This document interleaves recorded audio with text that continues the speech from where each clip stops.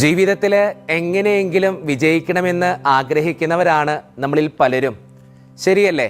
എങ്ങനെയെങ്കിലും ഒന്ന് വിജയിക്കണം, അധ്വാനിച്ച് പ്രാർത്ഥിച്ച് എങ്ങനെയെങ്കിലും കഷ്ടപ്പെട്ട് ഒന്ന് വിജയിക്കണമെന്ന് ആഗ്രഹിക്കുന്നവരാണ് നമ്മളിൽ പലരും. പലപ്പോഴും ജീവിതത്തിൽ അധ്വാനിക്കാനായിട്ട് ഇറങ്ങിത്തിരിക്കുമ്പോൾ, കഷ്ടപ്പെടാനായിട്ട് ഇറങ്ങിത്തിരിക്കുമ്പോൾ, എങ്ങനെയെങ്കിലും വിജയിക്കണമെന്ന ആഗ്രഹത്തോടെ ഇറങ്ങിത്തിരിക്കുമ്പോൾ ഒത്തിരിയേറെ കുത്തുവാക്കുകളും ഒത്തിരിയേറെ പരാജയങ്ങളും ഏറ്റുവാങ്ങുന്നവരാണ് നമ്മളിൽ പലരും. ഈ പരാജയങ്ങളും കുത്തുവാക്കുകളൊക്കെ കേൾക്കുമ്പോൾ നമ്മുടെ മനോഭാവം എന്താണ്? ഇനി ഇത് വേണ്ട, അത് ശരിയാകത്തില്ല, എന്നെ കൊണ്ട് പറ്റില്ല, ഞാൻ ചെയ്ത ശരിയാകത്തില്ല. ചിലപ്പോൾ ഒരു 10 പ്രാവശ്യമൊക്കെ കഷ്ടപ്പെടുന്നുണ്ടാകാം. ഒത്തിരിയേറെ ഇന്റർവ്യൂവിന് പോയിട്ടും ജോലി കിട്ടാതിരിക്കുമ്പോൾ നമ്മുടെ മനോഭാവം എന്താണ്?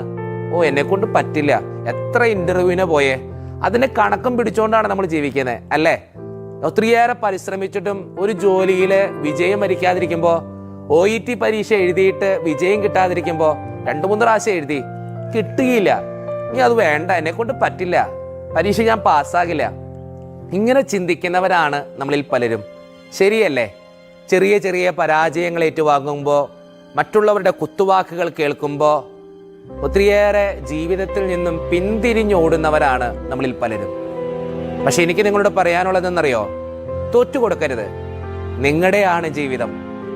പലർക്കും പറഞ്ഞ് ചിരിക്കാനുള്ളൊരു വകയായി മാത്രം നിങ്ങൾ മാറരുത്. കാണിച്ചു കൊടുക്കണം ജീവിതത്തിൽ എങ്ങനെ വിജയിക്കണമെന്ന്, എങ്ങനെ കഷ്ടപ്പെടണമെന്ന്. പരാജയങ്ങൾ ഉണ്ടാകും, തോൽവികൾ ഉണ്ടാകും, വർഷങ്ങളോളം ചിലപ്പോൾ കാത്തിരിക്കേണ്ടി വരും, ഒത്തിരി പരീക്ഷകൾ എഴുതേണ്ടി വരും, ഒത്തിരിയേറെ അധ്വാനിക്കേണ്ടി വരും. എന്നാലാണ് ജീവിതത്തിൽ വിജയിക്കാൻ പറ്റുള്ളൂ. ജീവിതത്തിൽ വിജയിച്ചവരൊക്കെ കഷ്ടപ്പെട്ടിട്ട് വിജയിച്ചവരാണ്, ഒത്തിരിയേറെ അധ്വാനിച്ചിട്ട് വിജയിച്ചവരാണ്, ഒത്തിരിയേറെ കുത്തുവാക്കുകൾ കേട്ടിട്ട് വിജയിച്ചവരാണ്. ആരും അധ്വാനിക്കാതെയും കുത്തുവാക്കുകൾ കേൾക്കാതെയും വിജയിച്ചിട്ടില്ല. അതുകൊണ്ട് എൻ്റെ കൂട്ടുകാരെ, അധ്വാനിക്കുക, കഷ്ടപ്പെടുക, ഒത്തിരിയേറെ ബുദ്ധിമുട്ടുക, എങ്കിൽ നിങ്ങൾക്ക് ജീവിതത്തിലെ വിജയമുണ്ട്. നമ്മൾ കേട്ടിട്ടുള്ള ഒരു കഥയുണ്ട്. ഒരിക്കലൊരു കൽപ്പണിക്കാരൻ വലിയൊരു പാറക്കഷ്ണം പൊട്ടിക്കാൻ പോവാ.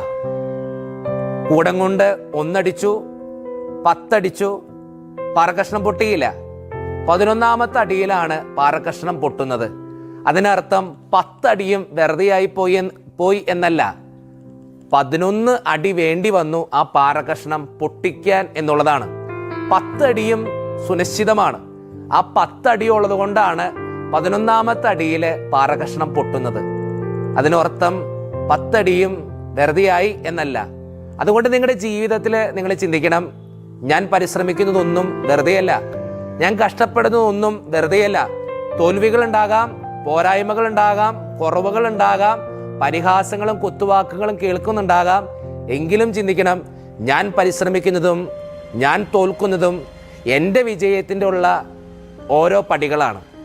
ആ പടികൾ കയറുവാൻ, ഒത്തിരിയേറെ പരിശ്രമിക്കുവാൻ, ഒത്തിരിയേറെ കഷ്ടപ്പെടുവാൻ നിങ്ങൾക്ക് കഴിയട്ടെ. ഓർത്തിരിക്കണം, കഷ്ടപ്പെടുന്നവനും അധ്വാനിക്കുന്നവനും പ്രാർത്ഥിക്കുന്നവനും ഉള്ളതാണ് ജീവിതത്തിലെ വിജയം. ആ വിജയം നേടുന്നവരാകാൻ നമുക്ക് പരിശ്രമിക്കാം.